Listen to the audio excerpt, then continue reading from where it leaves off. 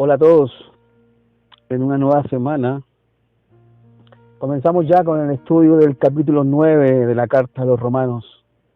Estamos estudiando la carta magna del apóstol San Pablo, la carta más importante del Nuevo Testamento. Te quiero invitar a leer conmigo, mientras escuchas el audio, a tomar una Biblia, a tomar tu Biblia, a conseguirte una y a estudiar juntos la poderosa y eterna palabra de Dios.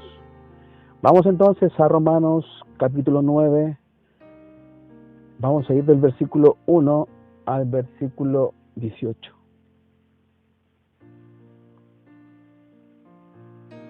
El título de este capítulo es el siguiente: la elección de Israel.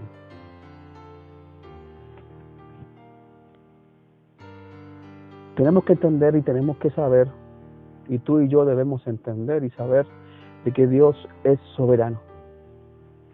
En todos sus actos, Dios es soberano.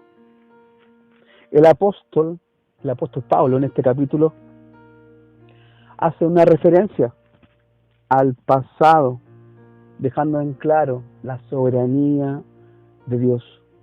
¿En cuanto a qué? En cuanto a la elección de Israel, sí, el pueblo judío, en relación con todos los otros pueblos. Recuerda que Israel es el pueblo al cual Dios escogió.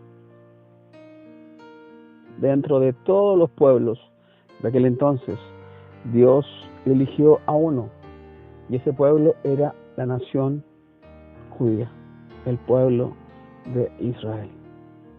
Entonces debemos de saber también, punto 2, de que todas las promesas de Dios, todas ellas, son inmutables, o sea, no cambian, son inmutables.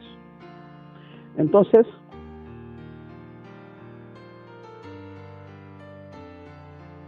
en tercer lugar, también debemos de saber que todas las verdades del Señor, que todas las verdades de Dios que Él nos comunicó y que Él nos reveló allí en su palabra, en la Biblia, son verdades absolutas. Aquí no hay nada relativo, ni tampoco la idea de lo relativo se debe aplicar a la palabra de Dios. La Biblia no es relativa, ni la palabra de Dios es relativa. La palabra de Dios es absoluta, eterna, inmutable y suficiente. Podemos también a esto sumarle muchos más adjetivos a la palabra de Dios. Pero ¿sabes por qué la palabra de Dios es una verdad absoluta? Te daré 3 ejemplos en cuanto a esto. El primer ejemplo está en Romanos 9, el texto que estamos estudiando, en el verso 1 al verso 3. Y estos versos me hablan de que los propósitos de Dios son inmutables en cuanto a la salvación. Ejemplo número 2. Esto está en Romanos 9, del verso 4 al verso 5. Esto me habla de que los propósitos de Dios son inmutables en cuanto al pueblo que Él ha escogido. Estamos hablando de la elección de Israel. Y ejemplo número 3. Esto está ahí en Romanos 9, del verso 14 al verso 18. Los propósitos de Dios son inmutables a pesar de la rebeldía del hombre. Y cuando hablo de hombre, esto también incluye a la mujer, hombre y mujer. Entonces te invito a leer el texto ahí en Romanos capítulo 9, del verso 1 al verso 18. Y comenzamos a leerlo en el nombre del Señor.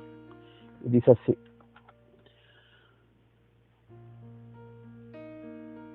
Verso 1.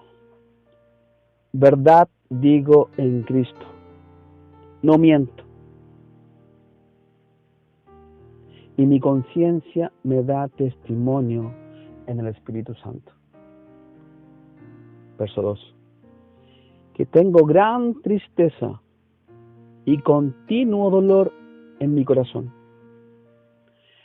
porque deseara yo mismo ser anatema, separado de Cristo, por amor a mis hermanos, los cuales son mis parientes, según la carne. Verso 4. Que son israelitas, de los cuales son la adopción, la gloria, el pacto, la promulgación de la ley, el culto y las promesas. Verso 5. De quienes son los patriarcas, y de los cuales según la carne vino Cristo, el cual es Dios sobre todas las cosas, bendito por los siglos. Amén. Verso 6. No que la palabra de Dios haya fallado, porque no todos los que descienden de Israel son israelitas.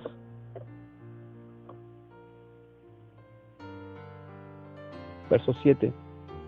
Ni por ser descendientes de Abraham son todos hijos, sino en Isaac te será llamada descendencia. Verso 8.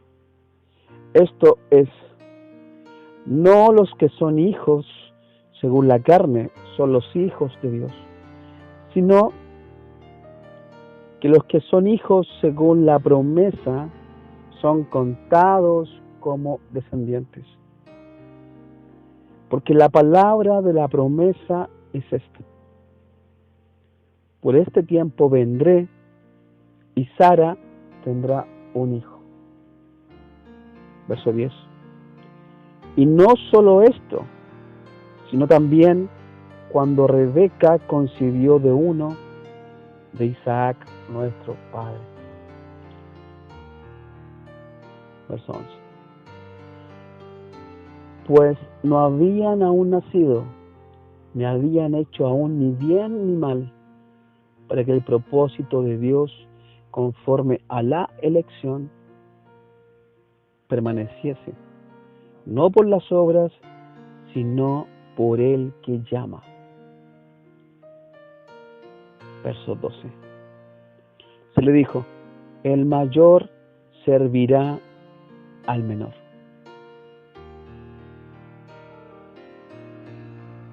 Como está escrito: a Jacob amé, mas a Esaú aborrecí. Verso 14. ¿Qué pues diremos? ¿Que hay injusticia en Dios? En ninguna manera.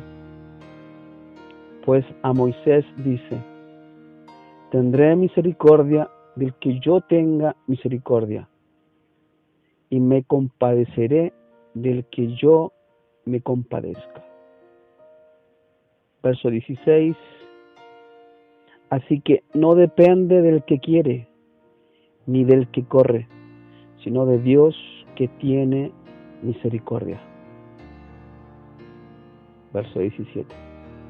Porque la Escritura dice a Faraón: para esto mismo te he levantado, para mostrar en ti mi poder, y para que mi nombre sea anunciado por toda la tierra.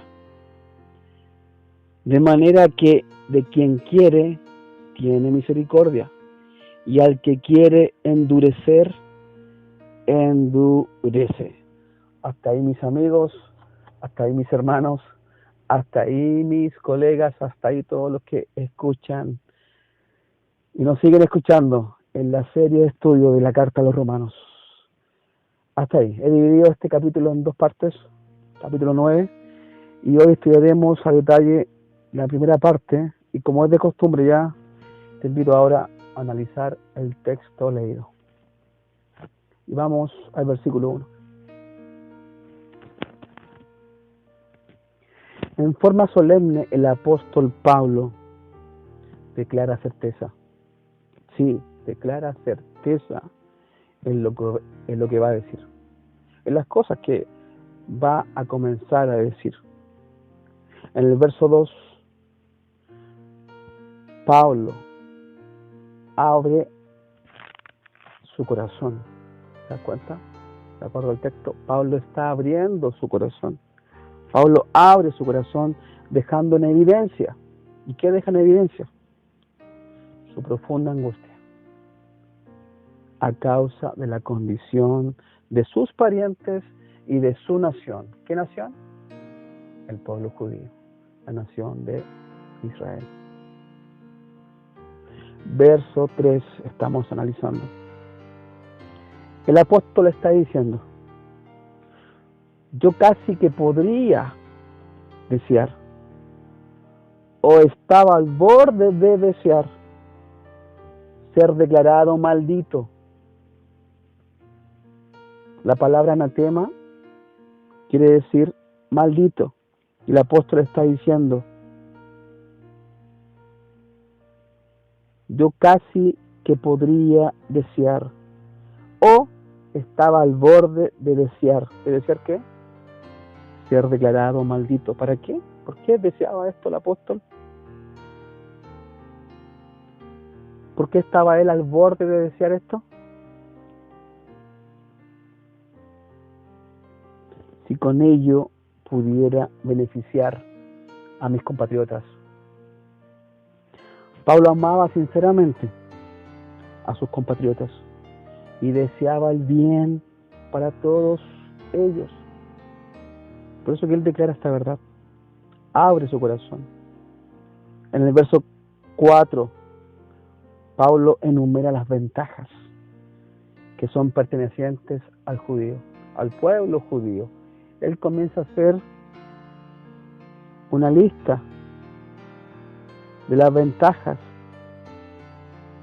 que eran solamente de ellos. Recuerda que Israel es el pueblo o la nación que Dios escogió. No hay ninguna otra nación en todo el mundo, ninguna otra a quien Dios haya elegido. Solamente Dios eligió a Israel. Y Pablo comienza a enumerar las ventajas. Y te las voy a enumerar. Ventaja número 1. Pablo, conocedor de la ley, conocedor de las escrituras. Un hombre preparado, un hombre docto. Él dice, en primer lugar, la ventaja que tenemos nosotros los judíos es esta. Son israelitas. O sea, él está diciendo, Dios no ha cancelado sus promesas a la descendencia de Abraham. Esto es a través de Isaac y Jacob. La nación de Israel es un ejemplo vivo de cómo Dios ejecuta sus propósitos divinos. ¿Te das cuenta? Pablo, conocedor de la Escritura, nombra a los patriarcas: Abraham, Isaac y Jacob. Aquí vemos a una generación, al abuelo, al padre, que es Isaac, y padre de Jacob. Entonces vemos a las 3 generaciones: Abraham el abuelo, Isaac su hijo y Jacob su nieto. Y él está diciendo, la nación de Israel es un ejemplo vivo de cómo Dios ejecuta sus propósitos divinos. Dios no hace nada al azar, Dios no hace nada por casualidad. Dios no actúa así, Dios actúa siempre con propósitos, con inteligencia, con sabiduría. Ventaja número 2. Pablo aquí está enumerando las ventajas que tienen ellos por ser el pueblo judío, por ser el pueblo elegido por Dios. Y él dice, la adopción. Esto lo puedes ver ahí en tu Biblia. Por temas de tiempo no lo vamos a poder ver ahora, pero esto está en Éxodo 4, del 22 al 23, y también lo puedes ver ahí en Deuteronomio 14, versículo 1, esto es el Antiguo Testamento, y también otro texto que te voy a dejar es Jeremías 31, versículo 9. Ventaja número 3, Pablo está enumerando la gloria. Y esto también por tema de tiempo no lo veremos ahora, pero te daré los textos. Lo puedes encontrar ahí en Deuteronomio 5, 24, Éxodo 24, del 16 al 17, Éxodo 40, del 34 al 35, Primera de Reyes 8, del 10 al 11. Todos estos textos son del Antiguo Testamento. Ventaja número 4, el apóstol sigue enumerando el pacto en el griego, en el texto original en el cual se escribió la carta a los romanos.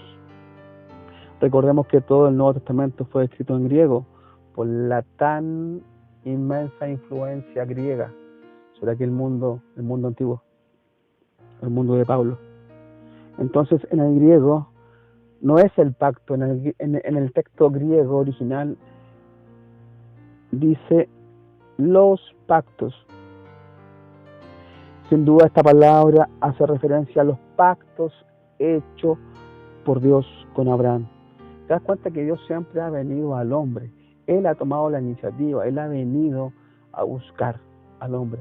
Él ha venido a hacer las promesas, Él ha venido a hacer los pactos, en este caso con Abraham, el padre de la nación judía. Y estos textos que avalan esto que estoy hablando están ahí en Génesis 12 del 1 al 3, Génesis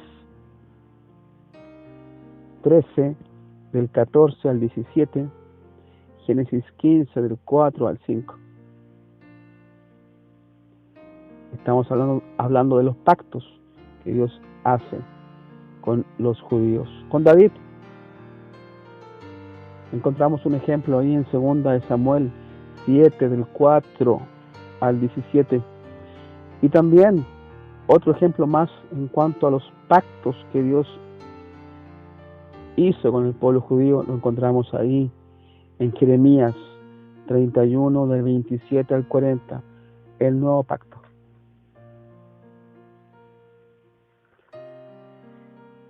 Seguimos analizando el texto leído. Ventaja número 5. Estamos enumerando lo que Pablo está argumentando. La promulgación de la ley. Esto hace referencia a lo que sucedió ahí en el monte Sinaí. Bueno, si no has leído la Biblia en cuanto a ese tema, yo creo que las películas de Hollywood, las películas que se han dado en cuanto a temas bíblicos, reflejan muy bien cuando en el monte Sinaí Moisés recibe las tablas de la ley, los 10 mandamientos. Yo creo que todos tenemos conciencia de haber visto una escena de ese tipo en las películas que hemos visto desde pequeños hasta ahora grandes. Hoy en día hay una boga, está en gran boga las películas o el cine bíblico. La gente ve teleseries bíblicas, ve series bíblicas. Y eso es bueno para que la gente tenga también un poco de conocimiento. Aunque sí debo de decir que el productor de todas estas series y películas también agrega algo que es propio de él, de su imaginación, propio de donde él quiere provocar ficción, suspenso al material que está exponiendo. Lo mejor de todo para saber la verdad de la historia es ir a la Biblia y leer ahí el texto sagrado. Entonces dijimos la promulgación de la ley. Esto hace referencia al monte Sinaí, los 10 mandamientos, escritos directamente por el dedo de Dios en piedra. Entonces Dios con ningún otro país ha hecho pactos. Esto debemos de saberlo. Es categórico la verdad que nos expone la Escritura. Dios con ningún otro país ha hecho pactos, solo con el pueblo judío. Y estos pactos que estamos hablando lo hizo con Israel ¿a través de quién? A través de Moisés. el gran libertador y profeta también. Ventaja número 6, Pablo sigue enumerando, sigue argumentando. El culto, dice él, es otra ventaja que tienen solamente ellos, los judíos. El culto. Esto hace referencia al servicio sagrado. El culto es sagrado, el culto a Dios, eso es sagrado, es solemne. Entonces, Pablo está diciendo el servicio sagrado, que también hace referencia a un libro del Antiguo Testamento, que es el libro de Levítico, ahí en el Antiguo Testamento. Ventaja número 7, las promesas, es decir, las promesas hechas por Dios a los patriarcas. ¿Quiénes eran los patriarcas? Abraham, Isaac y Jacob. Y en forma especial a la promesa del Mesías, el Mesías prometido para la nación de Israel. Vamos al verso 5 ahora. Estamos analizando el texto leído. Los patriarcas.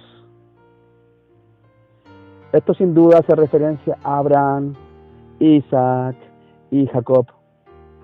Éxodo 3:15. Ahí tienes un texto más para ir estudiando. Esta referencia es fundamental en la revelación bíblica. De esos patriarcas, Dios envía al Mesías. Al Mesías.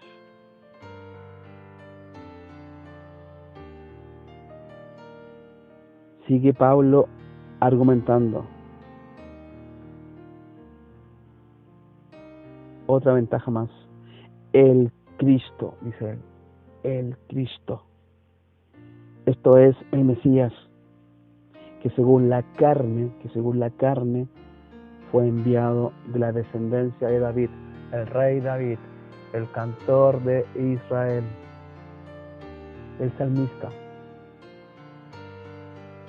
a quienes se le atribuye la mayor cantidad de los salmos ahí en el libro de Salmos Antiguo Testamento.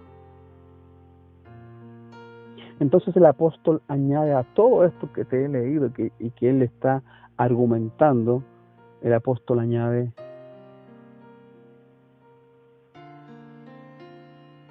que Cristo es sobre todas las cosas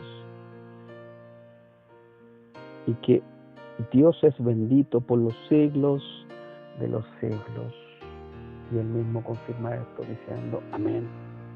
Entonces todas estas ventajas mencionadas ejemplifican, ilustran de alguna forma el tema de la elección. Recuerda que estamos estudiando el capítulo 9, que por título llevaba la elección de Israel.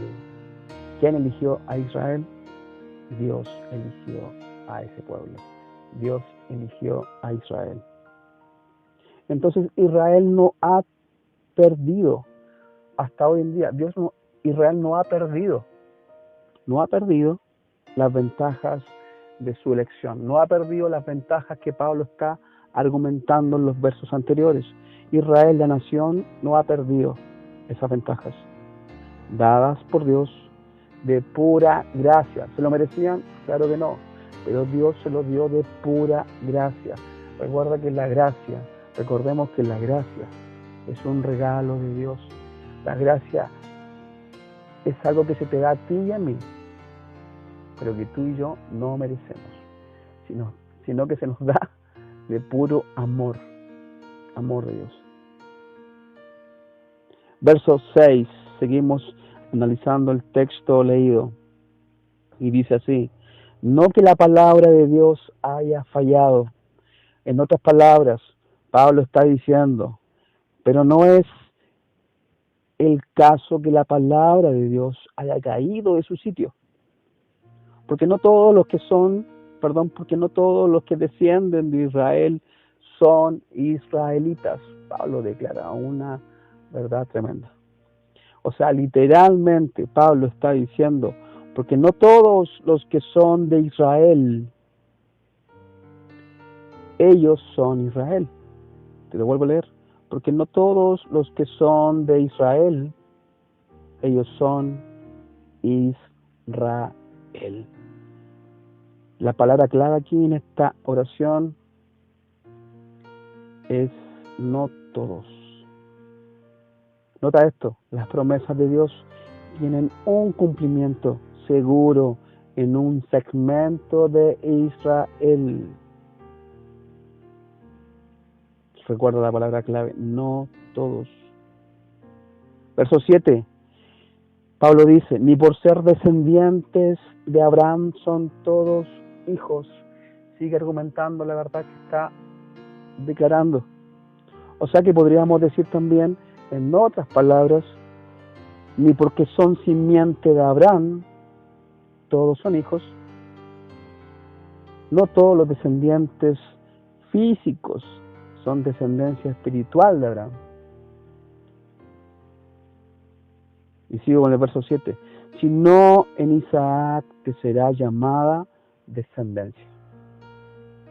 La palabra descendencia es súper clara en el griego. La palabra descendencia es esperma. Sí, escuchaste bien. Esperma. Que literalmente significa simiente. Pablo hace referencia a Génesis 21, versículo 12. En este verso Dios promete a Abraham que en Isaac le será llamada descendencia.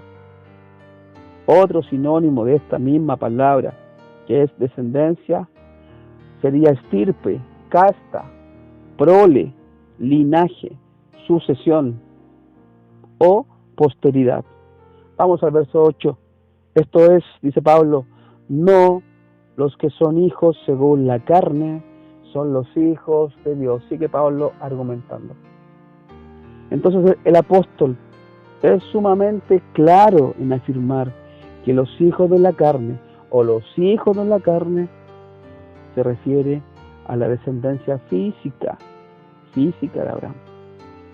Si no, dice Pablo, los que son hijos según la promesa, los que son hijos según la promesa son contados como descendientes, o como estirpe, o como casta, o como prole, o linaje. En otras palabras, Pablo está diciendo, ¿qué está diciendo el apóstol? Los hijos de la promesa son considerados simiente. Ellos son la simiente espiritual de Abraham. Verso 9. Dice Pablo, porque la palabra de la promesa es esta. Porque la palabra de la promesa es esta. Veamos cuál es la palabra de la promesa. Entonces, esta frase introduce la cita de Génesis capítulo 19, verso 10 y verso 14, donde Dios promete a Abraham. ¿Qué le promete Dios a Abraham? De que de Sara, su mujer, le daría a luz un hijo. Esto es Isaac. Recordemos que Abraham y Sara eran ancianos, avanzados en edad. Sara era estéril. Había dejado de su periodo menstrual hace años. Era imposible que tuviera un hijo. Y Abraham ya era viejo, demasiado viejo. Tenía muchas cosas en contra de poder ser padre. Pero ¿sabes qué? Dios, que es un Dios de milagros. Y es un Dios soberano. Y es un Dios de propósito. Les dio una promesa a Abraham. Que de Sara le iba a dar un hijo. Y que en ese hijo, varón, Isaac, vendría su descendencia. Él era el hijo de la promesa, Isaac.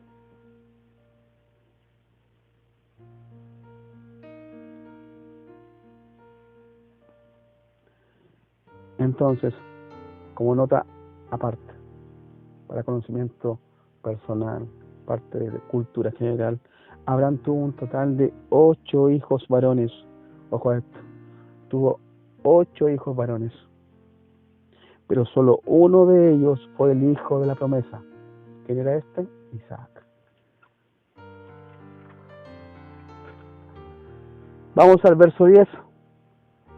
Dice Pablo, Rebeca concibió de uno.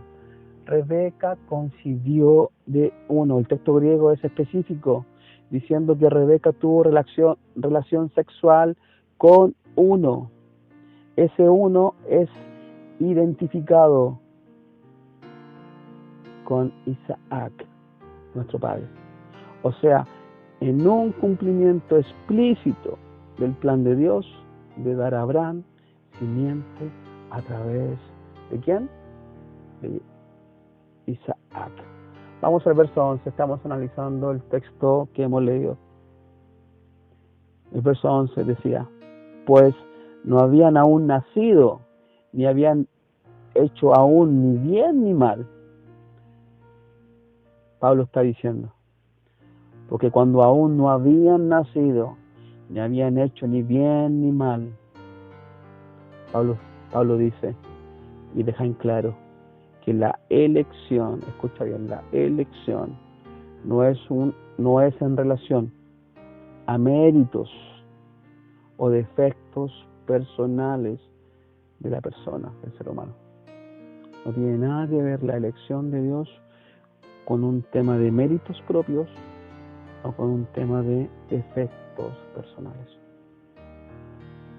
En el mismo verso 11, para que el propósito de Dios conforme a la elección permaneciese. Aquí la palabra para indica propósito. Ejemplo de esto, la elección de Jacob sobre Esaú. Todos conocen la historia de Jacob y Esaú. Esto fue un acto soberano de Dios y no el resultado de las virtudes o defectos del uno o del otro. Esto evidencia el plan soberano de Dios. Recuerda y recordemos que estos 2 hermanos que estaban en el vientre de su madre peleaban en el vientre para salir primero. Pero sucede algo ahí tremendo en la historia. Dice el texto, en el mismo texto, no por obras, sino por el que llama. La expresión aquí que Pablo usa, no por obras, equivale a decir por el que llama. O sea, debes de saber y debemos de saber todos que la elección divina no procede de obras humanas, sino del acto soberano de Dios. Dios es soberano. Dios actúa de forma soberana. Dios ejecuta de forma soberana. Verso 12.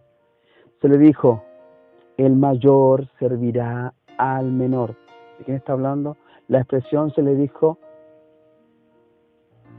me habla de algo concreto, o sea, me habla de algo puntual. Pablo está haciendo referencia a Génesis 22, verso 23, donde Dios le habla a Rebeca, y el mayor servirá al menor. Nuevamente queda en evidencia de que la elección es un acto soberano. Esto, en el caso de estos 2 hermanos, no guarda relación con el orden de nacimiento. ¿Te das cuenta? Estos 2 hermanos que peleaban en el vientre de su mamá.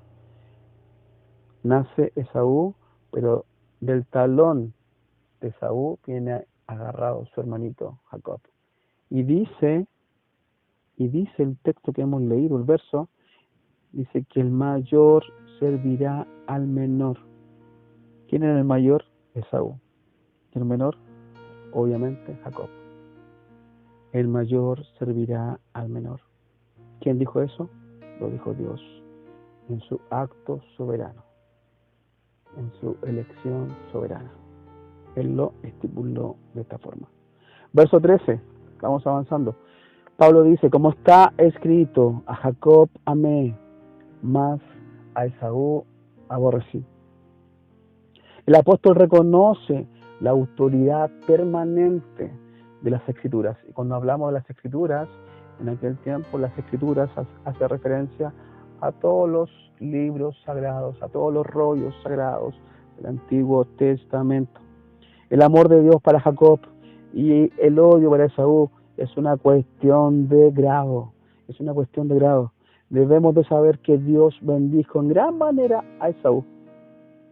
Y eso lo puedes ver ahí en tu Biblia, en Génesis 36, que por temas de tiempo tampoco lo vamos a dar en detalle.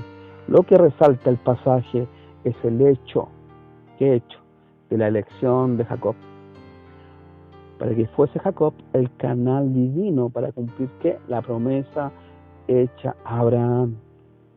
Aunque Esaú era el mayor, ojo a esto, aunque Esaú era el mayor, no fue escogido por Dios. Es en ese hecho que la Biblia afirma que Dios amó a Jacob y odió a Esaú. Vamos al verso 14. Pablo dice, ¿qué pues diremos? ¿Que hay injusticia en Dios? El texto griego espera una respuesta negativa a esta pregunta que he leído. Podríamos decir también, no hay injusticia en Dios, ¿verdad que no? La respuesta es en ninguna manera. Siempre que el ser humano es confrontado con el tema de la elección por parte de Dios, la elección soberana de un Dios soberano, ¿sabes cuál es su reacción a esto? La reacción del ser humano es decir, entonces Dios es injusto. Vamos al verso 15. Dice Pablo declarando aquí, en el capítulo 9, tendré misericordia del que yo tenga misericordia. La pregunta de por qué Dios escogió a Isaac antes que Ismael y por qué a Jacob y no a Esaú responde al acto de un Dios de misericordia y compasión. Dios es misericordioso, Dios es compasivo.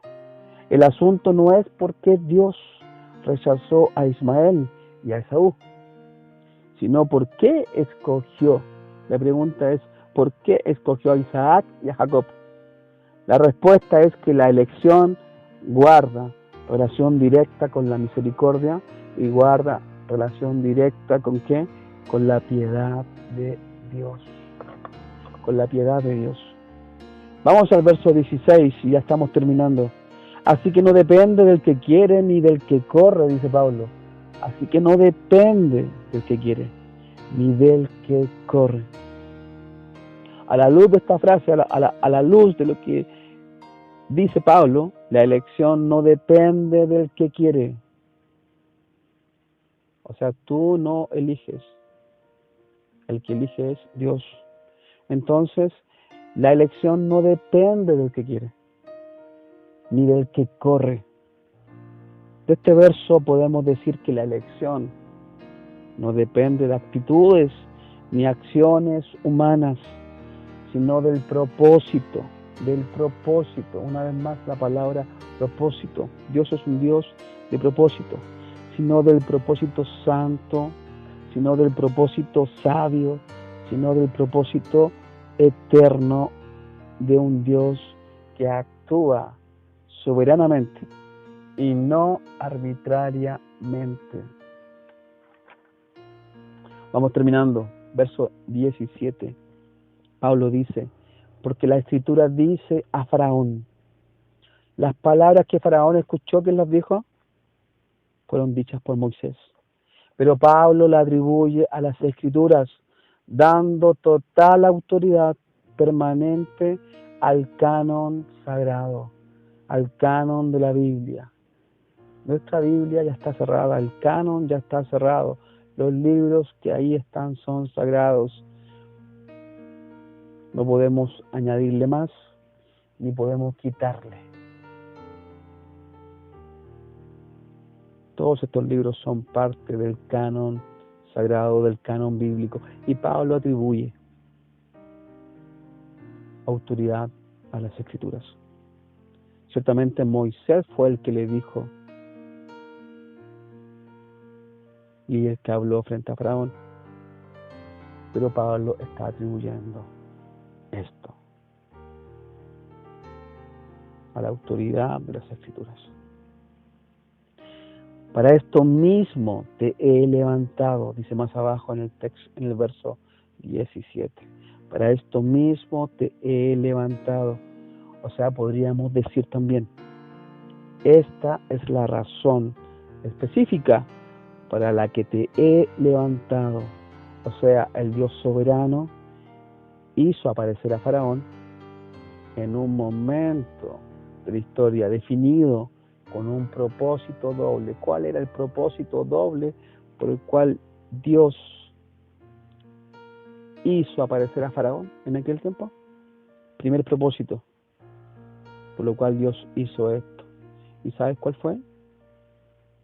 Para mostrar en ti mi poder. O sea, Dios en Faraón, usando a Faraón, Dios iba a mostrar su poder. Y este propósito se cumple en el acto del Éxodo. En el acto del Éxodo, cuando el pueblo judío que era esclavo sale de la esclavitud y se va al desierto libre, liberado por un Dios poderoso. Segundo propósito por el cual Dios, el Dios soberano, hizo aparecer a Faraón en ese momento. Y el segundo propósito es este: para que mi nombre, ¿cuál nombre? El nombre de Dios, para que mi nombre sea anunciado en toda la tierra. Recordemos que Egipto en aquel tiempo era una potencia militar. Recordemos que Egipto era el país más poderoso de aquel tiempo. Y Dios usó a Faraón para mostrar su poder. Y también para que todos los pueblos supieran de que el Dios de los judíos les había sacado en victoria. Y que todos supieran de que había un Dios poderoso, tremendo, que hacía maravillas con ese pueblo, con el pueblo judío. Verso 18 y último. Pablo dice, de manera de quien quiere, tiene misericordia. Aquí la expresión de manera que señala a los versículos 15 y versículo 16. Y al que quiere endurecer, dice más abajo, endurece. Recordemos que Faraón endureció su corazón. Recordemos eso. ¿Recuerdan las plagas de Egipto? Cada vez que Moisés iba delante de Faraón, Faraón más se endurecía, Faraón más se negaba a dejar libre al pueblo. Entonces Dios no actúa de forma caprichosa. Dios no es caprichoso. Dios no actúa de esa forma. Ni tampoco se alegra de la perdición de los seres humanos. Dios actúa sobre la base de su misericordia y sobre la base de su piedad. ¿Hacia quién? Hacia el pecador. Entonces, este tema demanda una certeza inamovible de la justicia y la santidad de Dios. Y para ir ya concluyendo, después de haber leído todos estos versículos y analizado, vamos a concluir con 2 puntos. Primer punto, Dios es soberano en todas sus acciones y siempre actúa con perfecta sabiduría, cosa que nos hace tanta falta a los seres humanos, la sabiduría. Y segundo, estoy concluyendo, la soberanía de Dios no anula, escucha bien, la soberanía de Dios no anula la responsabilidad humana, al contrario, la incluye. Tenemos que saber de que el hombre es responsable delante del Creador, por lo cual el hombre y la mujer deben dar cuentas ¿a quién? A su Creador. Alguien te creó a ti y a mí. Alguien creó todo lo que ves, incluso lo que no ves.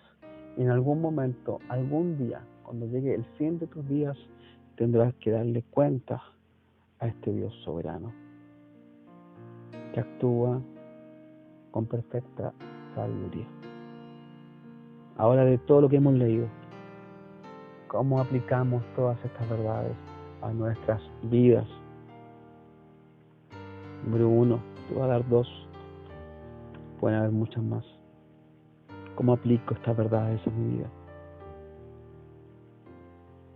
Para los creyentes, para los que ya son hijos de Dios, hijas de Dios, para todos aquellos que han venido a Cristo, para todos aquellos que han confesado sus pecados a Dios, para todos aquellos que se han arrepentido, para todos aquellos que son hijos, nuevas criaturas, nacidos de nuevo.